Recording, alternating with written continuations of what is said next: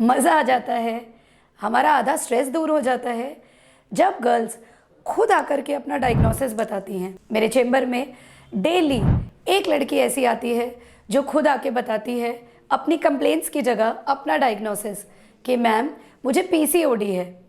PCOD एक बहुत ज़्यादा इंसिडेंस बढ़ने वाली समस्या, 10 में से एक लड़की इंडिया में इससे ग्रसित, और गूगल पर सारे दिन लड़कियां इस टॉपिक को सर्च करती रहती हैं और मुझे भी बहुत रिक्वेस्ट मिली कि पीसीओडी पर या पीसीओएस पर मैं एक वीडियो बनाऊं। सबसे पहला तो आपको ये चिंता नहीं करनी, ये कोई बीमारी नहीं है। पीसीओडी या PCOS the incidence is increasing क्योंकि ये एक जेनेटिक कंडीशन है जो कि बढ़ती जा रही है एनवायरमेंटल फैक्टर्स की वजह से, हमारे जेनेटिक्स की वजह से, हमारे लाइफस्टाइल की वजह से। तो पीसीओडी या PCOS is just a symptom group जो कि आजकल यंग गर्ल्स में हमें देखने को मिलता है। इसमें हमें क्या मिलता है, हम इसे कैसे डायग्नोस करते हैं?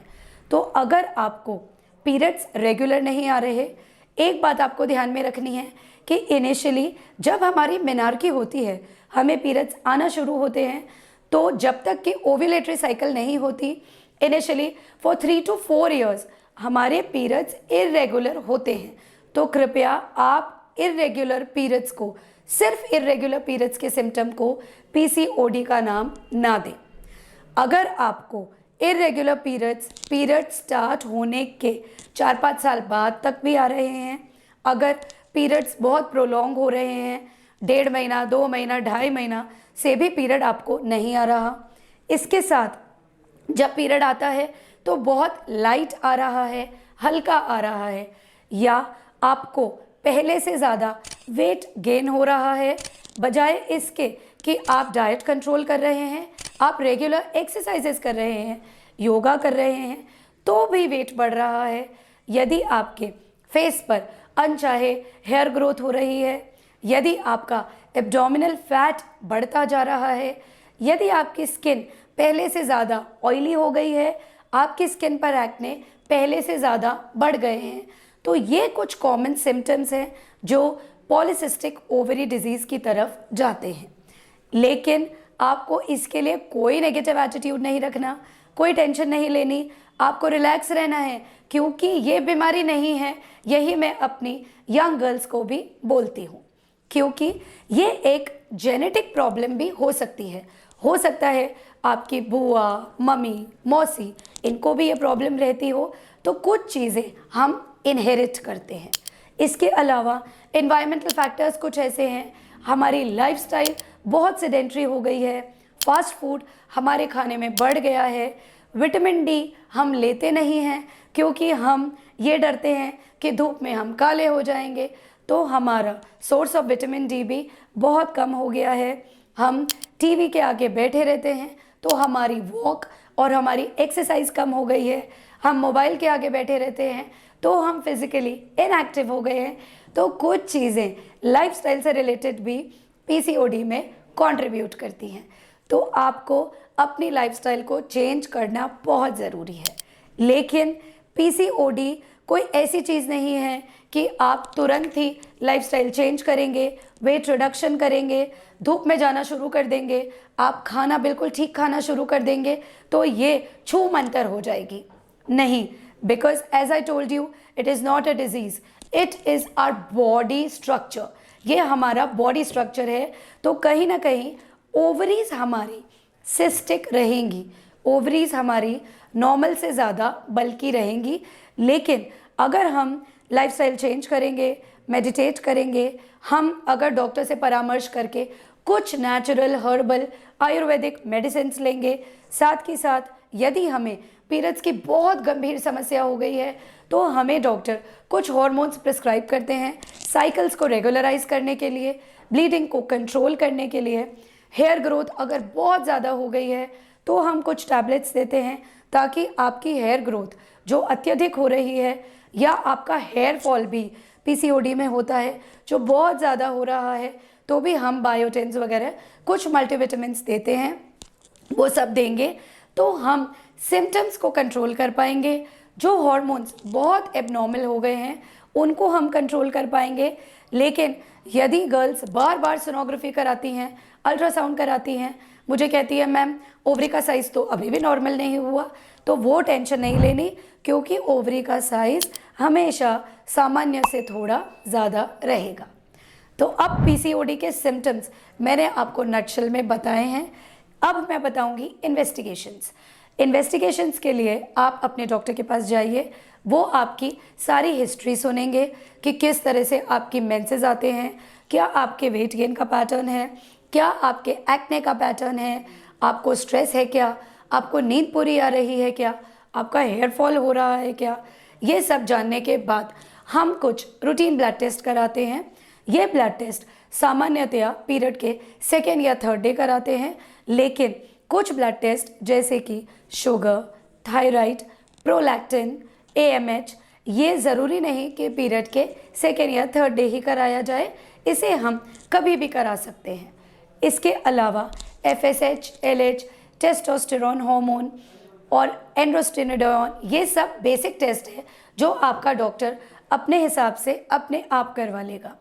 इसके अलावा एक बहुत इंपॉर्टेंट डायग्नोस्टिक टूल है सोनोग्राफी या अल्ट्रासाउंड। हम अल्ट्रासाउंड में आपकी ओवरीज देखते हैं। ओवरीज में हम पॉलीसिस्टिक अपीयरेंस देखते हैं, जो कि हमें टिपिकली एक तो ओवरी का वॉल्यूम, मतलब ओवरी नॉर्मल से थोड़ी मोटी दिखती है या सूजन वाली दिखती है।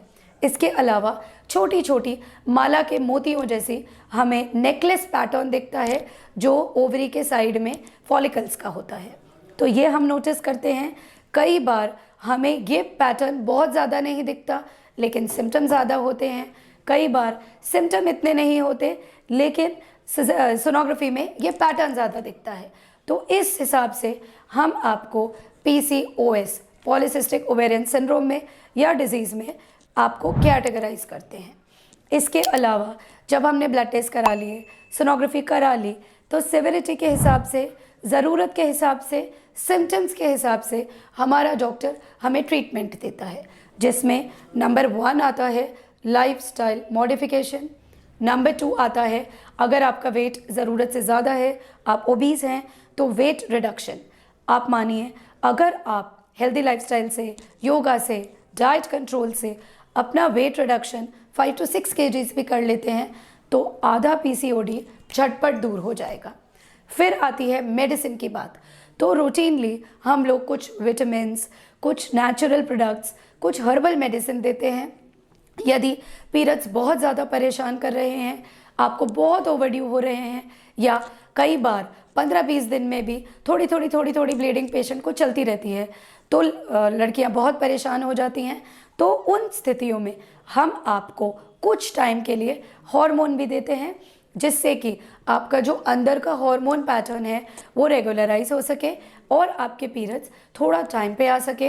ये हार्मोन थेरेपी बहुत लंबी नहीं चलती, शॉर्ट कोर्सेज में दी जाती है, जैसे कि हम 2-3 महीने देते हैं, फिर बंद करते हैं, फिर 2-3 महीने देते हैं, ताकि आपका इंटरनल हार्मोन पैटर्न रेगुलर हो सके।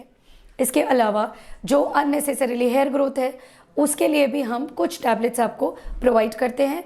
लेकिन जो हेयर ग्रोथ ऑलरेडी हो चुकी, उसके लिए प्लीज़ थ्रेडिंग वैक्सिंग पे ना जाएं, आप उसे लेज़र ट्रीटमेंट से ठीक करें, क्योंकि यदि आप एक बार वैक्सिंग चालू कर देंगे तो आपको बार बार फेस की करानी पड़ेगी, जिससे आपका चेहरा बहुत ख़राब हो जाएगा।